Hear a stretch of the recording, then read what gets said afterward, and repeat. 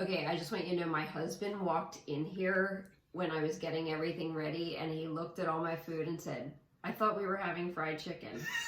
Just so you know, like, that was my day. Thanks for watching. We're gonna introduce you to 3 cookbooks today. I'm Kim Allen. This is my friend Sandra Moore, and she cooks a lot. So that's why we're here. We love to cook. That's why we cook. Yes. And I love how you could love going to farmers markets and everything too. I love the whole food process. Smelling the food, handling the food, tasting the food, shopping for the food. That's all part of the process because you want to pick the best. What made you pick this cookbook in particular? You know, I saw a segment with this author, Toni Tipton Martin, on a morning news show. I messed up all the way totally, but I just keep going. And she was talking about this book as well as her previous book. And I was intrigued about this history of Black people in America and their whole involvement in the culinary movement and how we forget about it. But those were these things were very much part of my childhood. Sunday dinner was part of my childhood. So I wanted to get this book. Yeah. And it was the cover that really sold me. That looks pretty serious. Yes. So I've yet to do this one because I'm a little intimidated. It looks really delicious. I brought you this book called Vegan Buddha Bowls by Cara Cafelli, and she is an amazing, she also has an amazing Instagram where she talks about body positivity and just eating for joy and pleasure, you know, and not dysfunctional eating. So it's pretty cool. I've made a lot of her recipes. I really just wanted to share these cookbooks in the midst of our pandemic. Just so many times I cook without recipes. And in the pandemic, I was bored, and I get bored of my own cooking. So I've bought these cookbooks that are magnificently inspiring. This one's Vegetable Kingdom by Bryant Terry, and we'll get to this one at the end. I can't even deal. But I've started cooking with recipes, and I just find it like trains my hand, it trains my palate, and I do a better job at cooking. I have a really hard time being super strict to recipes, so I will talk about a couple of the substitutions that I worked in here. And sometimes I just didn't have some of the things. You know, as much as I go to the store, you would think I would have everything, and I didn't. Or you don't like it. So I'm big about looking through lots of recipes to get an idea. My recipes are, if my recipes were a movie, they would be like based on a particular book. Because I took inspiration not from literal. Yes, it's not a literal interpretation of that particular book, but it's got elements from that book and inspired by that book. But with your baking, you are more precise, aren't you? I should be, yes, and to a degree, yes. Certainly you have to be in your measurements of flour and sugar. But for example, I made scones recently. I saw the blueberry scones. And the recipe called for 2 tablespoons of sugar. Well, I really like scones, but sometimes I think they're not sweet enough. They shouldn't taste like cake. I added 3 tablespoons of sugar. So certainly knowing your palate and knowing your audience, I think you should take the license to do what works for you. Because it should be fun. I'll tell you, we didn't have any Dijon mustard in the house. I guess we're not fancy enough. My husband has this obsession with some kind of hot, sweet mustard. I don't eat mustard at all, but I do love it in dressings. And I have a thing for mustard. Like essential. I have 6 different mustards right now in the refrigerator. Well, maybe you can figure out which mustard I used in both of these, because they both of my recipes called for mustard. And I ended up using like French's in one, which I'm not going to hate on French's. That is one that I have in the refrigerator right now. There you go. So let me tell you, this first cookbook is so beautiful. Beautiful. This is a good everyday cookbook. if you do eat meat and you're not vegan, it is so easy to just throw in whatever you want into these bowls. I love the bowl style eating where you get everything in one. Yes. Sometimes it can be a lot to make every little piece, Mm-hmm. but these are gorgeous, and the dressings are so versatile. Like, you could use them. I've actually made 3 or 4 dishes from this book already. Nice. Which, like I said, I avoid them. This one was the Southern Comfort Bowl, and it has some barbecued cauliflower. Oh my gosh, that looks wonderful. And pickled onions. Ooh. And then I made the collard greens, which I only do quick cook greens, but these were like a half hour and they were amazing. That was a really nice recipe, and she makes her own barbecue sauce, but it's simple. It's not like my dad used to never like to use certain cookbooks because he would say, you have to make your own mayonnaise. And he didn't want to do that. So if you don't have to make your own mayonnaise, it's like manageable.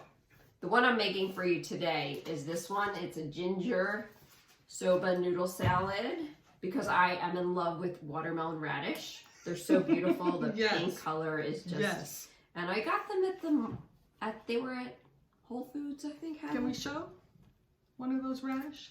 Yes, this is one that's already been cooked. But you can see it. Look, that looks radish. like a watermelon slice. That is a radish. And this one, spicy summer salad, it's going to sound a little weird. Corn and peaches with a chili spicy vinaigrette. Okay.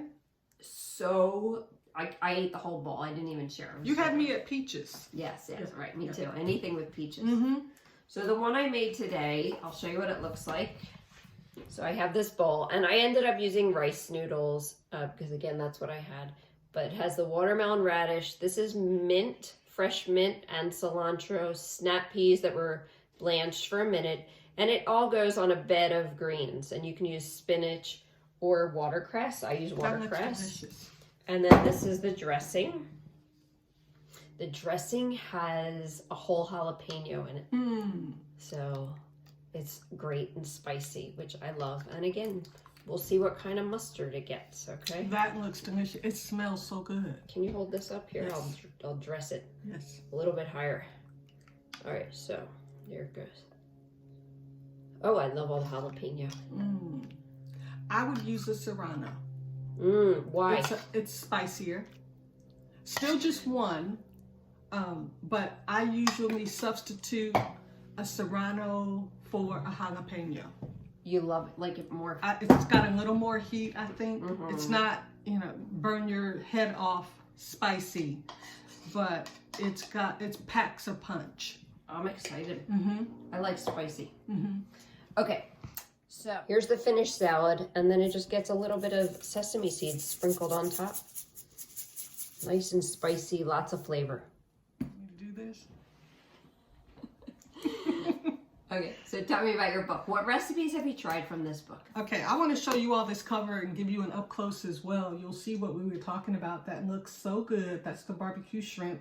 Flavor. And it intimidates me. So I'm going to try this one, but I just have to work up the nerve. Really? Yes. Why?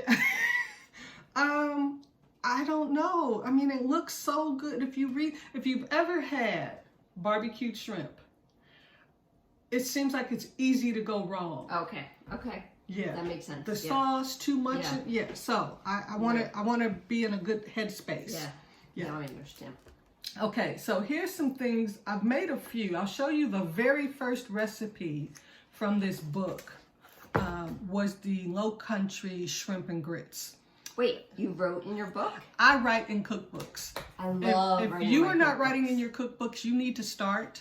One, Truth. if it's horrible, you want to put that down so you don't make that again. But two, if it's really good or you alter or deviate from the recipe based on your personal taste, you want to be able to document that. Like, for example, this recipe, it has here 6 tablespoons of half and half. That's half a cup. So It's 3/4 cup. but why don't they just say that? Okay, that's probably the only criticism I have of this entire book. But don't tell me 6 the cup tablespoons. measure, yeah. Tell me You want that that's this half a quicker cup, 3/4 of a cup. Yes. So it's quicker for you. So you write. Yes. And you know what else is nice? We talked about this before. Is when we give our kids our cookbooks, Yes. it Yes. becomes a treasure. Yes. I mean, you know, hopefully my granddaughter or her children will use this book and they will actually see my handwriting because we don't write letters anymore. So there may not be a sample of my handwriting, but it'll be in my cookbook. Beautiful. And I then write in all my books too. And I also put the date that I made a recipe. So, oh, this one says very good. This was very good. I made this July 1st, 2020. So it's probably time for me to do this again. But this was the Low Country Shrimp and Grits. And I was inspired because I'd gone to New Orleans to a restaurant. Can I say the name of the restaurant? Yeah. Mr. B's. We're open to being sponsored. Yes. Mr. B's, right down in the French Quarter. And I had what my husband and I still say the very best shrimp and grits. So I had this flavor profile in my head that I was trying to connect with. And oh my gosh, this recipe did not disappoint. Ooh. And it's not a difficult recipe. It is really, it comes together so quickly. So that was a good one to start with. And then probably most recently. Her pictures are gorgeous. Oh, the pictures. Look at these. Yeah. These crab cakes. See it. Yes. Show the most recent one. Let's see. Was it the biscuits that you made? The biscuits that I made. These sweet potato biscuits with ham. Is the ham like making a sandwich there? Exactly. Okay. You know, a great breakfast to wrap up and take with you. However, you know, sometimes in ethnic cookbooks, particularly, I'm going to say Black cookbooks, that's my point of reference.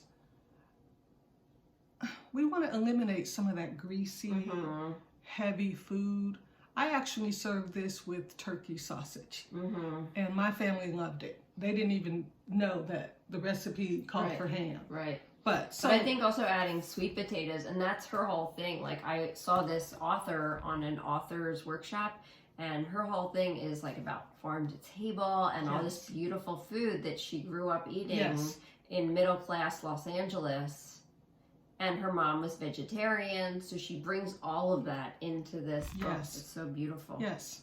So that was awesome. The sweet potato biscuits, just a little variation on having just regular biscuits. So a great, easy variation. Here's a recipe that I want to make. This is your next one? This is going to be my next one. Wilted mixed greens with bacon. With bacon. If you're vegan or vegetarian, I'm sure you can totally omit the bacon for this recipe. Ooh, looks so good. Yep. All right, so what are you making today? All right. And what do you have there in that bowl? Today, we are having buttermilk fried chicken. And, you know, fried chicken, there are a million ways to make it. However, in reading, one of the things I love about this book is that the author really gives a preface, a preamble, you know, for so many of the recipes and chapters. I love that. Reading the stories. Yes. Yeah. The history behind something. I love it. So many different ways to make fried chicken. However, soaking it in buttermilk seems to be a constant. So I know a lot of people, I've made fried chicken, didn't soak it in buttermilk. But today, for this recipe, I did. I left it to marinate for about 5 hours in the refrigerator. And what is this? This is the spice blend that the recipe called for. And it is a blend of... I can smell it. Doesn't it smell wonderful? Yes. This is a blend of onion powder, garlic powder, paprika, chili powder, celery salt, cayenne pepper, black pepper. I could see it.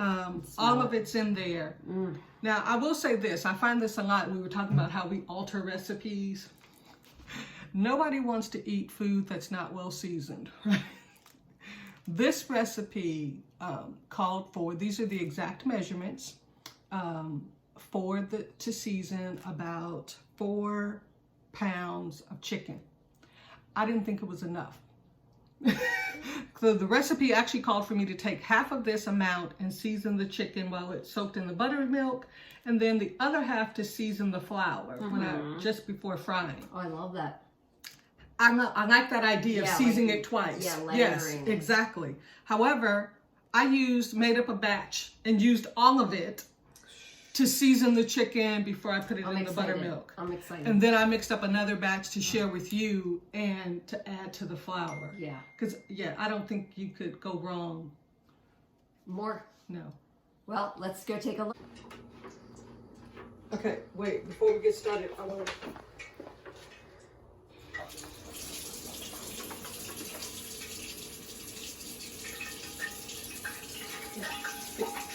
You want to hear that? All right, what are you doing? All right, you do not have to get a shopping bag, but I'm feeling nostalgic. So, my grandmother, if she was frying something, it was going in a shopping bag. So, I got my shopping bag, and it is clean, unused. This is 1 cup of flour. I'm just going to dump the flour in there. You do not need lots of flour to deep fry something, because really, you're going to shake the excess off. Okay, these are all our seasonings. I'm just going to dump this in the flour. And then I'm going to give it a shake. You know what it reminds me of when we were kids? There was shake and bake. You take a look at that. Smells good. And this is the chicken, and all the excess buttermilk has been draining off on the rack. It's been sitting here for about 35 minutes or so to let the excess milk drain. And I'm not going to put a lot in here at one time. I'm only going to fry about 4 or so pieces at one time so that it doesn't get crowded in the pan and it steams opposed to frying.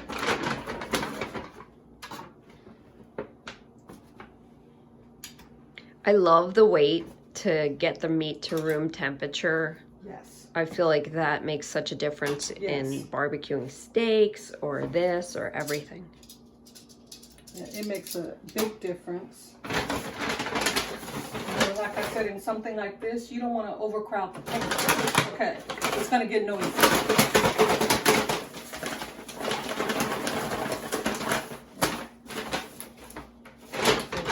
Shape. Then, just because it's a good idea to shake off the excess, I like to knock them together and let them do the work. Get the excess off. And here we go.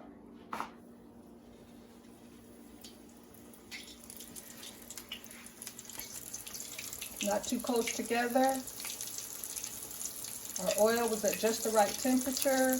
And this is peanut oil. And how long will they stay there, or do you rotate them the whole time? No, I would leave them on one side, and let's just say for about 6 or 7 minutes, and then turn them over. Okay. So you think they're ready to be flipped? Oh my good God. Wow.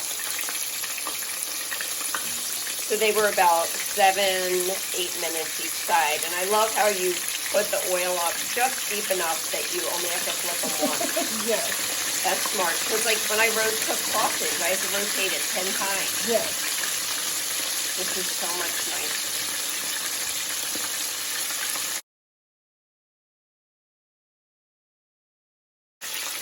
Oh my gosh. So it's been about 6, 7 minutes each side. Oh, they're just gorgeous. You keep that paper towel far away. That's good food safety. Yes. Thank you.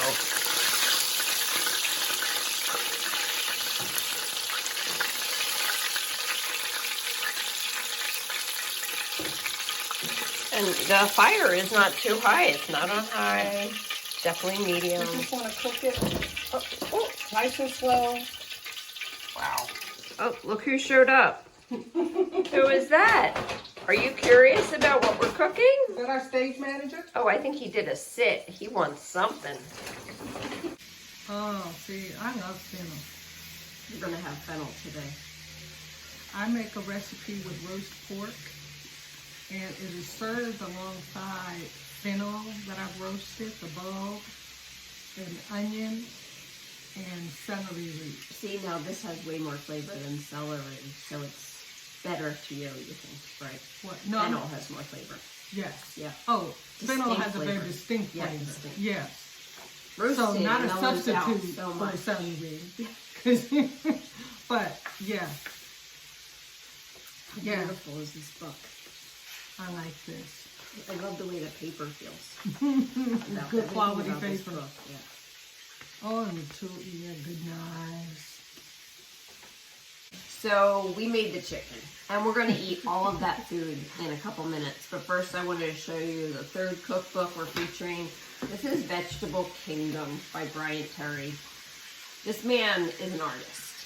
I have never used a cookbook where I learned so much. I learned so many different ingredients that I've never used before, techniques. It is a little time intensive to make many of the recipes, and I'll tell you what I've made so far. Today, I made a recipe called fennel and citrus salad, and it's just really beautiful. It is very beautiful. All of his recipes are kind of labor intensive, but it's worth it. Now, when you say labor intensive, I'm thinking slicing, chopping. Yeah, okay, so for example, this one, it's called Big Beans, Buns, and Broccoli Rabe. And it's a sandwich of these big Corona beans. They're huge. They're huge. They're at least an inch. So you have to cook the beans, soak the beans, cook the beans all separate, and then make the sauce. And then into the sauce, there's a spice mix. Okay. So you're making the spice mix from scratch. All of that happens. Okay, but that's measuring. We can do that. None of it's hard. Yeah, okay. But then the broccoli rabe gets the best treatment of all. The broccoli rabe has is a blanched first, and then you make that garlic oil where we peeled like bulbs and bulbs of garlic and cooked it in olive oil. Low temp, nice and low. Yeah, and simmered it for a while. Then that gets rubbed on the blanched broccoli rabe. Then you grill it with lemons. Can I just eat that right now? Can we stop and I could just eat that? I could eat just that, right? Yes. But then he puts it on this sandwich with these big giant beans also. So it's multi-step. The other one that I made was on the cover. This is the reason I bought this particular book. It's just outstandingly beautiful. Vegetable Kingdom. So it's... I have to ask, is presentation important to you? Oh, yeah. I mean, look. Yeah. And it looks delicious. It doesn't look fancy. Just like I think yours, too. Yes. It looks just tasty. It's in the pan you cooked it in. Right. It's not fancy, but it looks like so much flavor.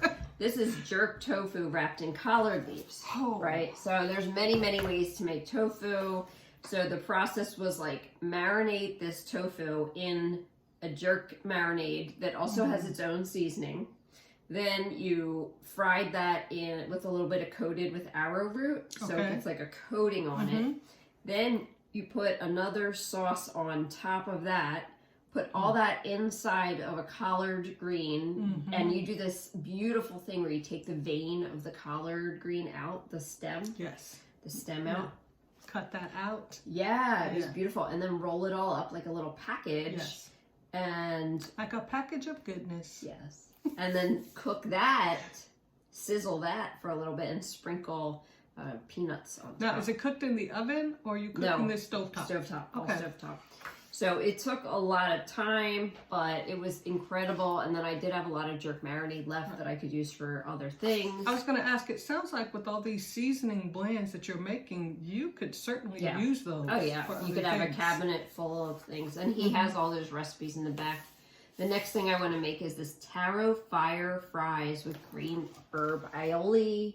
So it's kind of like nachos with this hot pepper. But again, there's like multi-steps to the spice blend, and gathering all the ingredients takes some time. And you could use a less or more spicy pepper depending on your own taste. Yeah, definitely.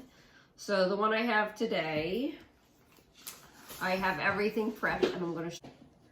Okay, so I had to shave the fennel, and this smells like black licorice. It's so good. I do like black licorice, but I also had to chill it and put it in an ice bath. So it's raw.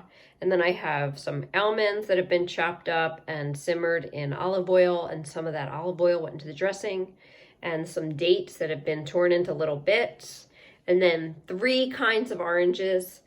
This is a navel orange, and then I have these cara oranges and blood oranges, and both of them I've removed, like, it's called a supreme cut where all the pith and the white part is removed. So I have all this ready, and then I just arrange it with this beautiful dressing.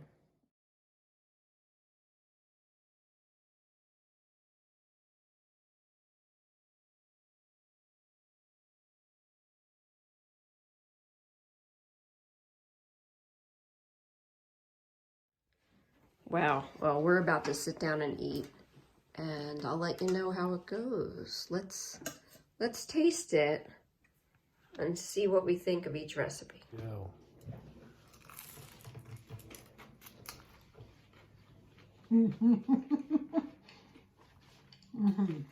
That is so good. I can't get over how little flour you use. It's just so much flavor. That's good. Because the flavor's in the chicken. And the skin. Oh my God. Yes. Yeah, that's good. Okay, I want to try the noodles. Oh, here we are with the vegan salad recipe. Yes. With the chicken. Oh, I love watercress. Insane. I can hear it. It's so crunchy. Oh, man. This is so good. We are so lucky. So fortunate. I could eat that every day. This little watermelon radish. Every day, right? If you all have a cookbook that you want us to check out or you think is your favorite, please tell me in the comments below. Let me know. Okay, So good. I have a question before we wrap up. We have a third thing to try still. I know. What's your favorite kitchen gadget or utensil? I think my students know this, but I will tell you, it is a fork. I gotta tell you, because you can do everything with this. There are so many fancy cookbooks out there or websites that have recipes or cooks, and you have to spend so much money and do all these crazy things. Or my pet peeve is like buying an appliance and it sits on my counter and I don't use it. Yes, or it does one thing and one thing only. Oh my God, it's a waste of money. We went to a yard sale nearby here, and the woman had a closet full of appliances from decades, 70s, 80s, probably from 1960s. They were beautiful, but the boxes were all dusty, and they were selling them, and they were cool, but I don't have that kind of room or interest, right? Yeah. But a fork, you can do whisking. Yes. You can do like cooking with the food, taking things out. Pancakes, eggs, like muffins, tons of baking, all of this food, you could do it with a fork. Okay. So that would probably be my favorite thing. Okay. Do you have a favorite? I'm going to look at my fork differently now. I do. My favorite is sort of a gadget, but if you bake and make doughs, I love a dough whisk. Like you were talking about your fork. Yeah. A lot of times you might use a fork to start. Yes, because a whisk is annoying with dough. But what's a dough whisk? A dough whisk, it is on a long handle, round, probably about like this orange segment. Right. So about this big around, but then it's got another little hole here, and it really allows you to incorporate the flour with the liquid and help your dough come together. So it must be stronger than a regular whisk. Yes. Yeah, right. Oh, definitely. Because in my classroom, sometimes they pick up a regular whisk for muffins or pancake, and it never works, right? And then everything gets stuck inside. Yes, yes. No, this is a round device on a handle. So a big circle with a little circle inside of it, and it really allows you to. Right. And I don't know, it's $5, $6. Right. So and it saves you time, and you use it. Oh my gosh. Pick it up every time. Yes. I remember growing up, my dad would buy a lot of those utensils, and he bought a whisk that had an egg piercer in the middle. It was so awesome. And then he had, remember those egg slicers? Yes. I love that. Yes.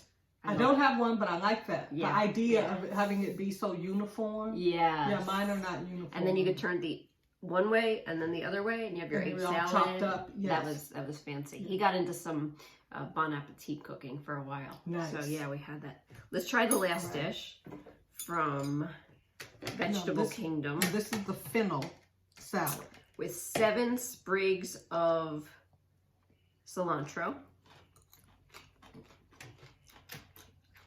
Okay, I love fennel.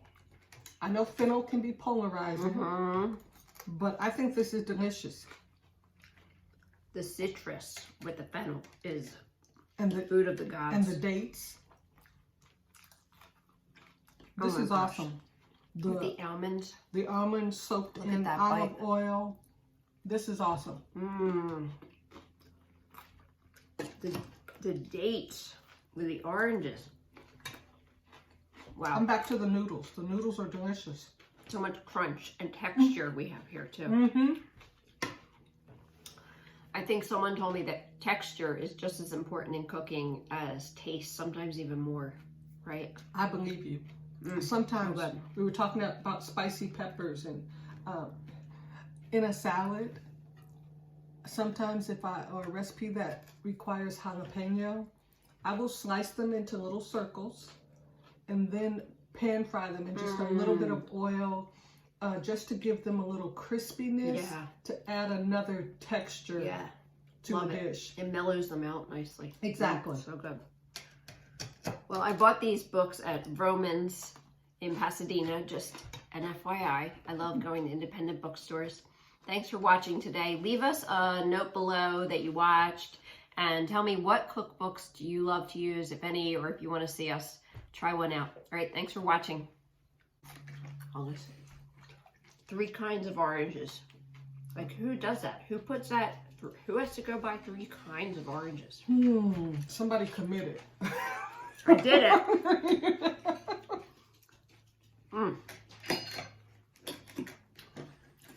Although, I would make a double batch next time, because can you imagine you let it sit overnight even? How the whole thing would be ridiculous. I always think it's okay to make extra dressing. Because it's not going to go to waste. That fennel salad, that would be a whole lunch. I could eat the whole thing. It's so good. Satisfying. When we go hiking, there's wild fennel. Oh, no way. It's like you're walking through a field of black licorice. That's what we see up in Morro Bay.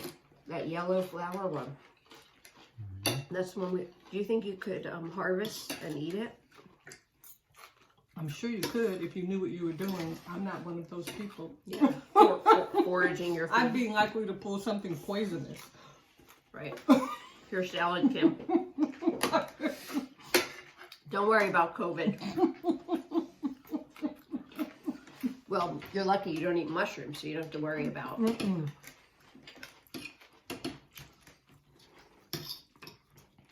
How's the chicken?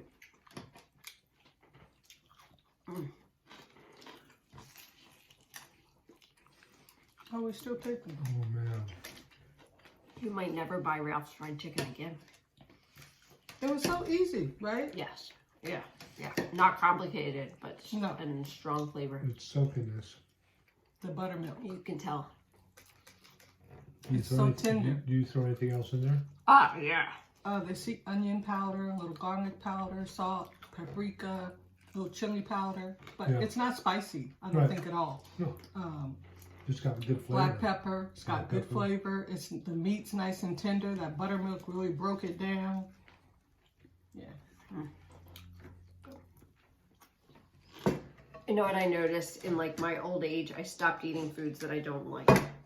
I don't like raw almonds in a bag, in the coffee shop oatmeal, whatever. I don't like any of those raw almonds. And string beans, unless they're cooked really well, I don't even like them. Fresh. Fresh. I like fresh string beans. Raw, but not raw. No. As opposed to, again, I grew up in the Midwest where we ate canned veggies. I love canned string beans. I like them. I don't make them. Yeah. Because we can get fresh. Yeah, fresh is but good. But canned string beans, I would still eat that today. We eat them. We go buy them because they're so... Oh, you actually cook them? Okay. Well, it's like a home style, it's like a nostalgia thing. Yeah. Like all the houses where I wanted to live made them. Right. My mom would only make fresh, organic, raw string beans or a little bit cooked. I can and at the time I didn't want healthy. Now I but I do like canned string beans. Yeah. Anything else? I don't want corn out of the can. No, I would say no. But you know what I stopped eating is green onion. Like, why does everybody put green onion on everything? They're not that good. They put them on everything. Everywhere you go, every recipe. Tim is one of those. Don't put them on. He puts them on everything. Everything. Everything. Frozen veggies. He's going to chop up some green onion in them. Yes. That's cute. That's cute. Yeah, I stopped a long time ago eating things that I don't like. Yeah. Yeah. I'm too old for you I'm to just make done, me yeah. eat something. So no thank you. None for me. I know you don't like the mushrooms too. Mm-mm. To COVID vaccines and good friends. And good food. And good food. That's so different. It's very fruity. Very gingery. But sweet ginger, not Oh, like... definitely. Because we do like ginger shots from Whole Foods. Oh, that's authentic. That's ginger, yeah. Yeah, I found that That's good. Bryant, it's nice, right? I found that Terry Bryant cookbook because last year it was this day that was like honoring Black authors. Mm-hmm. And so I went and I was inspired. I was going to buy 3 books by Black authors. And I don't like to buy fiction because I read it so fast. So I was like, what's a book that I'll keep? And I found that book. Oh my gosh. And the papers were so, I love the texture of the paper. And then the cover just sold me. And now I think those 2 cookbooks I used this year. Like I said, I made probably 4 or 5 recipes from each That's one. better than a cookbook that you actually use. Yeah. And you can see it's all gone. It is delicious. Oh, you could certainly, when you come to our house for dinner, you're bringing that. You're welcome. Yeah, you are bringing that. Teddy, you're not supposed to be up here. Go away. You're not part of filming, Teddy. Sorry.